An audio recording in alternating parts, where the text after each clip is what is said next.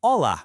Hoje vamos mergulhar numa das civilizações mais impressionantes e duradouras de sempre, o Império Bizantino. Preparem-se, porque vamos descobrir como é que este império conseguiu moldar o mundo ao longo de mais de 1000 anos. A grande questão que nos vai acompanhar é esta. Como é que foi possível que um império, com o seu centro numa única cidade, tenha resistido durante um milénio inteiro? É isso que vamos desvendar. Bem, tudo começa com uma decisão absolutamente genial. Uma decisão que acabou por redesenhar o mapa do mundo. A fundação de uma nova capital. Uma espécie de Nova Roma. Em 330 d.C., o imperador Constantino escolheu a antiga colónia grega de Bizâncio para este projeto. E porquê ali? Foi um lance de mestre em termos de estratégia. A cidade ficava exatamente no ponto de encontro entre a Europa e a Ásia. E mais, controlava o Estreito de Bósforo, o que significava que tinha o domínio total sobre as rotas comerciais vitais entre o Mar Negro e o Mediterrâneo. Era, sem dúvida, a localização perfeita. E o Império não tardou a atingir o seu auge. Vamos avançar até ao século VI, para a chamada Era de Ouro, liderada por um casal que fez história, Justiniano e Teodora.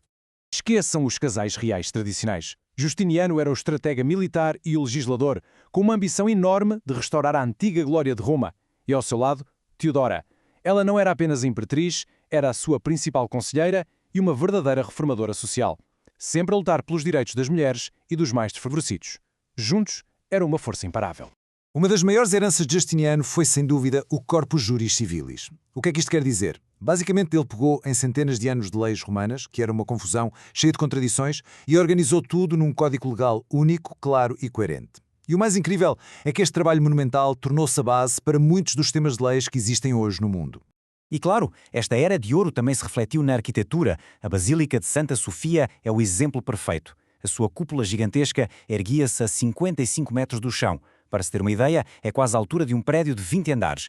E isto foi construído há quase 1500 anos. Um verdadeiro milagre de engenharia e matemática. Mas Constantinopla era muito mais do que apenas a capital de um império. Era, sem sombra de dúvida, o coração pulsante do mundo medieval. E não, isto não é um exagero. Durante séculos, se havia algo de valioso a ser comprado ou vendido no mundo conhecido, era quase garantido que passaria pelos mercados e portos de Constantinopla. Nos seus mercados encontrava-se literalmente de tudo. Seda que vinha da longínqua China, especiarias e joias da Índia, trigo do Egito.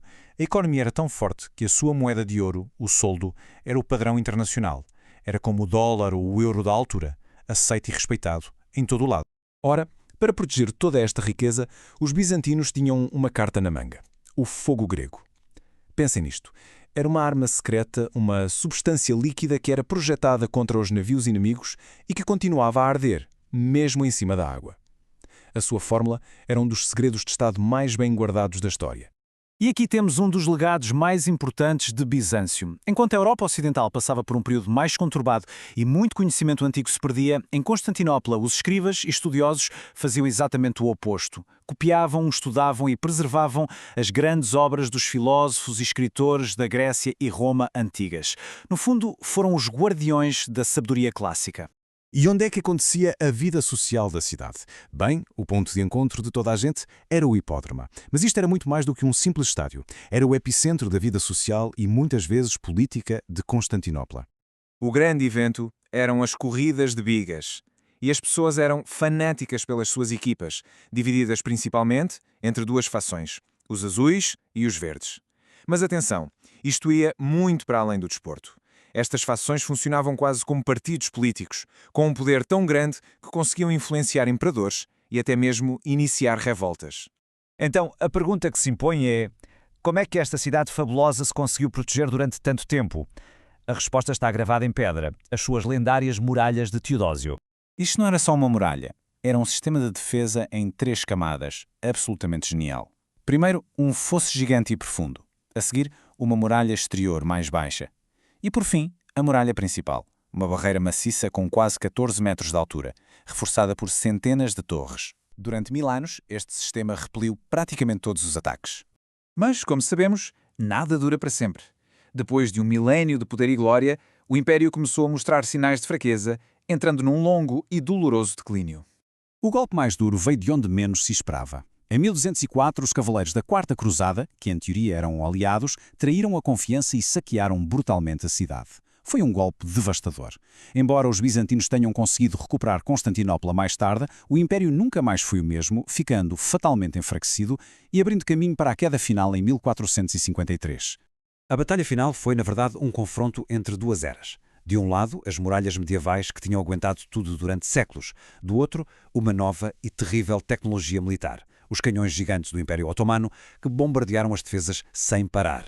No final, a nova tecnologia venceu. As muralhas, pela primeira vez, cederam. E o último imperador, Constantino XI, em vez de fugir, morreu a lutar ao lado dos seus soldados. Um fim trágico, mas heróico, para o Império de 1000 anos.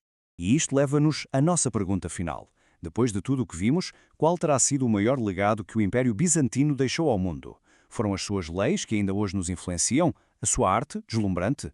Foi o facto de terem salvo o conhecimento da antiguidade clássica? Ou foi simplesmente a sua incrível capacidade de resistir durante 1000 anos? O Império caiu, mas o seu eco ainda se sente hoje. Fica a reflexão.